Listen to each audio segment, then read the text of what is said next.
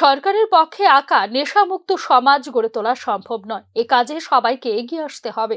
আজ উদয়পুরে রাজশ্রী হলে জাগৃতি 2025 কর্মসূচির উদ্বোধন করে একথা বলেন অর্থমন্ত্রী প্রণজিৎ সিংহ রায়।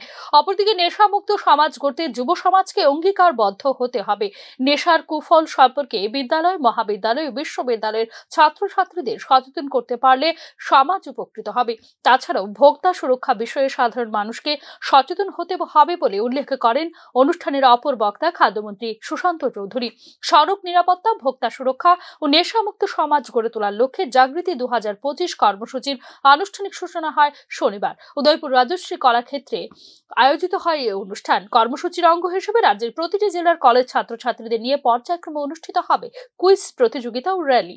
বড় কথা হচ্ছে আমাদের এই প্রোগ্রামটাকে পপুলারাইজ করা, জনপ্রিয় করা এবং ছাত্রদের মধ্যে যাতে একটা স্পৃহা এই কর্মসূচিতে আগামী দিনে অংশগ্রহণ করার জন্য একটা উন্মাদনা তৈরি হয় এবং আমি নিজে সচেতন হব, পাশাপাশি আমি অন্যকে সচেতন করব, আমার বন্ধুকে, আমার বান্ধবীকে, আমার প্রতিবেশীকে। এটাই হচ্ছে আমার বা আমার দপ্তরের, আমার সরকারের, আমার মুখ্যমন্ত্রীর একমাত্র লক্ষ্য, একমাত্র উদ্দেশ্য এবং সেটাকে সামনে রেখেই আমরা এই কর্মসূচি আজকে চালু করেছি।